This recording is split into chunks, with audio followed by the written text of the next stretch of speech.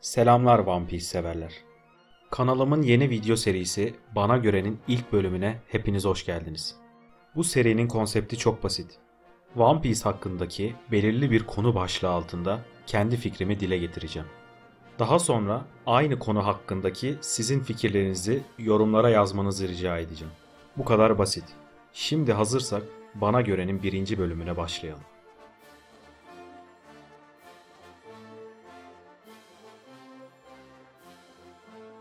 İlk bölümümüzün konusu One Piece'in en iyi 5 sezonu. Yani bana göre en iyi 5 sezonu. Sizden de size göre en iyi 5 sezonun ne olduğunu yorumlara yazmanızı rica ediyorum. Son olarak başlamadan önce sizi uyarayım. Eğer One Piece'i daha bitirmediyseniz bu videodan spoiler yiyebilirsiniz. Herkese iyi seyirler.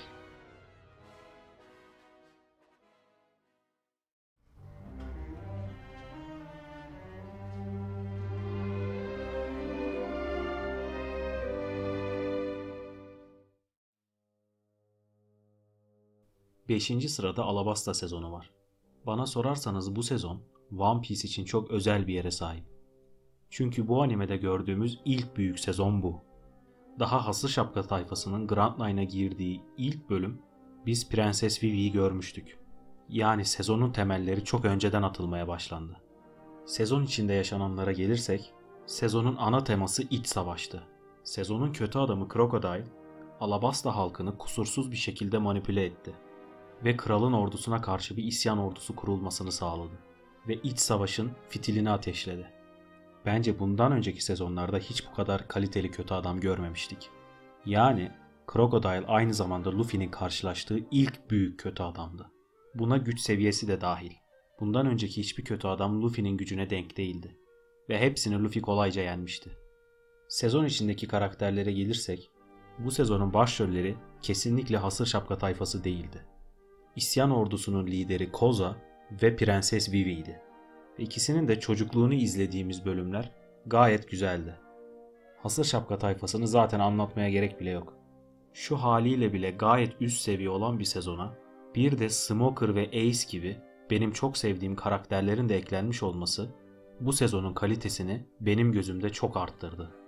Dövüşlere gelecek olursak da Luffy'nin Crocodile'ı yenmeden önce ona 2 kez yenilmesi bence yazar için çok doğru bir karardı. Grand Line'a gelir gelmez ilk karşılaştığı Shichibukai'yi tek seferde yenmesi çok saçma olurdu. Onun yerine Luffy 2 kez çok net bir şekilde yenildi. Daha sonra da Crocodile'ın meyvesinin açığını bularak onu yendi. Bence de doğru olan buydu. Her ne kadar bu ikilinin arasındaki dövüşten uzun bahsetmiş olsam da bu sezondaki favori dövüşüm kesinlikle Zoro ve Mr. One arasındaydı. Dövüş başladığında bence Zoro, Mr. One'ın güç seviyesi olarak altındaydı. Fakat dövüş devam ettikçe Zoro kendini dövüşün içinde geliştirdi ve onu öyle yenmeyi başardı. Sezonun sonundaki Hasır Şapka tayfasının Vivi'ye olan vedasının da One Piece animesi için ne kadar ikonik bir sahne haline geldiğini zaten hepimiz biliyoruz. Alabasta sezonu için aslında daha konuşulacak çok şey var. Fakat ben şimdilik uzatmak istemiyorum. O yüzden 4. sıradaki sezonumuzla devam ediyoruz.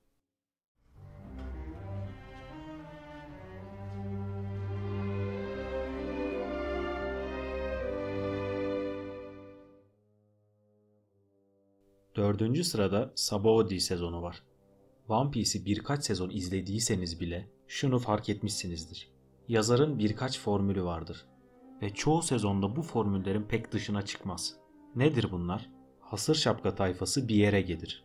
Yerden kastım köy, kasaba, şehir, krallık ve benzeri gibi. O yerin halkının sezonun kötü adamından ötürü büyük bir sorunu vardır. Ve tayfamız o sorunu çözmeye karar verir. Sezondaki kötü adamımızın aynı zamanda küçük bir ekibi vardır. Bu ekip tayfamızda Luffy hariç geri kalan diğerleriyle eşleşir ve dövüşür. Sezonun sonuna doğru da Luffy asıl kötü adamla dövüşür. Onu yener, halkın sorununu çözmüş olur ve halk bizinkilere teşekkür ettikten sonra bizinkiler mutlu mesut bir şekilde o yerden ayrılır. Fakat Sabaody sezonunda bu formüllerin hiçbiri yoktur. Sezon belli bir yere kadar sınıf ayrımı ve ırkçılık temasıyla ilerliyor ve bunu gerçekten çok güzel anlatıyor. Dünya hükümetinin en soyluları olan kutsal ejderlerle tanıştık ve onların ne kadar kötü insanlar olduğunu iliklerimize kadar hissettik. Aynı zamanda daha sonra en kötü nesil diye anılacak olan, başta Love ve Kid olmak üzere 11 süpernova ile bu sezon tanıştık. Bununla da kalmayıp çoğu One Piece izleyicisinin favori karakterlerinden biri olan Rayleigh ile de bu sezon tanıştık. Yani bu kısma kadar sezon zaten gayet iyi gidiyordu. Fakat Luffy'nin kutsal ejdere yumruğundan sonra sezon mükemmele evrilmeye başladı. Daha sonra Kizaru ve pasifistalar geldi. Amiral Kizaru'nun süpernovaları karınca ezer gibi ezdiği sahneler benim hala favorilerim arasında.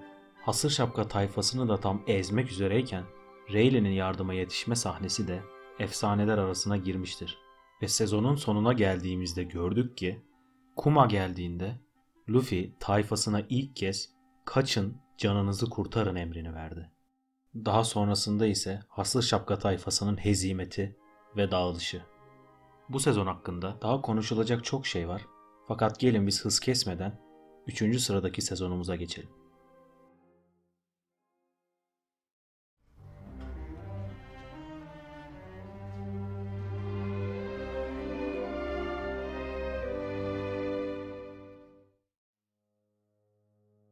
Üçüncü sırada Water 7 ve NES Lobby ikilisi var. Bu iki sezonu birbirinden ayırmak istemedim. Çünkü karakterlerin hepsi aynı, işlenen konu zaten birbirinin devamı. Tek farklı olan şey mekan gibi geliyor bana. Bu iki sezon toplamda çok uzun olduğu için sezonun içinde neler oldu, neler yaşandı tek tek girmek istemiyorum. Zaten çoğu şeyi hatırlıyorsunuzdur. Öyle değil mi? Evet. İşte tam olarak bu yüzden bu sezonlar çok mükemmel. İçlerinde çok ikonik sahneler barındırıyorlar. Örnek vermek gerekirse Usopp'un tayfadan ayrılışı, Sogeking'in dünya hükümeti bayrağını yakışı, Robin'in yaşamak istiyorum diye haykırışı, çocuk Robin'in Ohara'dan kaçışı, çocuk Frankie'nin ustası Tom'un yaptığı treni durdurabilmek için önüne geçişi, Luffy'nin ikinci vitesi ilk açtığı sahne, ikinci vitesteyken Rob Lucci'ye bitiren hamleyi yapması, Going Merry'nin yardıma gelişi ve daha sonra ona yapılan veda. Üstüne sanki sezon iyi bir final yapmamış gibi Garp'ın Water 7'a gelişi, bize Dragon ve Yonko'ları anlatması, Beyaz Sakal ve Shanks görüşmesi, yeni gemi Thousand Sunny, Frankie'nin tayfaya katılması ve son olarak Kara Sakal ve Ace arasındaki dövüş gibi ekstralara sahip. Yani gerçekten sayarken yoruldum. Sezon içindeki dövüşlere gelecek olursak, Luffy ve Rob Lucci arasındaki dövüş gerçekten efsaneler arasına girdi. Diğerlerinde konuşmaya değecek çok bir şey olmasa da şunu gördük ki tayfanın neredeyse her üyesi yeni bir yeteneğiyle geldi. O güzel bir detaydı. Bitirmeden şunu da itiraf edeyim. Benim One Piece'te izlerken en zevk aldığım yerler flashback hikayeleri. Yani bir karakterin geçmişinin anlatıldığı kısımlar. Bence zaten yazarın da kaleminin en güçlü olduğu nokta kesinlikle bu. Water 7 sezonundaki Frankie'nin flashback hikayesi gayet iyiydi. Ve NES Lobby sezonunda Robin'in geçmişinin anlatıldığı kısım tüm One Piece'teki flashback hikayeler arasında kesinlikle ilk üçe girer. Evet, bu iki sezonu konuşa konuşa bitiremeyiz. En iyisi gelin biz ikinci sıradaki sezonumuza geçelim.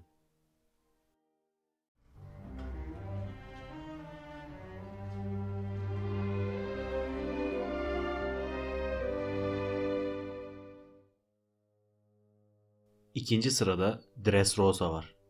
Bu sezon nedense bana Alabasta sezonunun geliştirilmiş versiyonu gibi geliyor. Baktığımızda birinde bir krallığı ele geçirmeye çalışan bir Shichibukai'yi, diğerinde ise zaten hali hazırda ele geçirmiş bir Shichibukai var. İkisinde de karakter olarak birbirlerine çok benzeyen krallar ve prensesler var. İkisinde de Luffy'nin bir abisi var. Ve daha birbirine çok benzeyen şeyler var fakat uzatmak istemiyorum. Siz anladınız zaten. Bu sezon aynı zamanda One Piece'in açık ara en uzun sezonu. Tabi birazcık gereksiz uzun olduğunu kabul etmemiz gerekiyor. Anlatmak istediği çoğu şeyi daha kısa ve öz anlatabilirdi. Özellikle ben arena kısımlarının çok uzadığını düşünüyorum. Neyse, bu kadar uzun bir sezonda her şeyden tek tek bahsedemeyeceğim tabii ki. Bu yüzden kısaca en sevdiğim şeylerden bahsedeyim. Sezonda çok iyi karakterler vardı. Örnek vermek gerekirse Fujitora, Sabo, Love, Doflamingo, Corazon, Kairos, hatta sezonun sonlarına doğru da Sengoku ve Kaido'yu gördük. Bir detayı da bahsetmeden geçmeyeyim. Sezon başladığında çok sevimli gibi görünen oyuncakların arkasında aslında çok trajik bir hikaye olması beni çok etkilemişti. Doflamingo zaten kötü adamlar arasında benim favorim. Bence zaten Doflamingo'yu daha tanımadan bile Marineford'daki hal ve tavırlarından zaten ileride kaliteli bir kötü adam olacağı belliydi. Dövüşlere gelecek olursak Luffy ve Doflamingo arasındaki savaş çok iyiydi. Özellikle Luffy'nin 4. vitesini ilk kez görmemiz dövüşün seyir zevkini bayağı bir arttırdı. Aynı zamanda Law ve Doflamingo arasındaki savaş da gayet iyiydi. Fakat yine Alabasta'da olduğu gibi bu sezonda da favori dövüşüm her ne kadar çok kısa da olsa Zoro'nunkiydi. Hatırlarsanız 3. sırada Water 7 ve Enies Lobby'den bahsederken benim One Piece'ten en keyif aldığım yerlerin flashback hikayeleri olduğunu itiraf etmiştim. Yazar da bunun farkında olmalı ki ne yapıp edip her sezona 1-2 tane flashback hikayesi koyuyor. Peki şimdi size soruyorum. Sizce bir sezonun içine kaç tane kaliteli flashback hikayesi sığabilir? 1 mi? 2 mi? 3 mü? 4, 5, 6, 7, 8. İşte aslında bu yüzden bu sezon benim için bu kadar üst sıralarda. Neyse, fazla uzatmayalım ve 1. sıraya geçelim.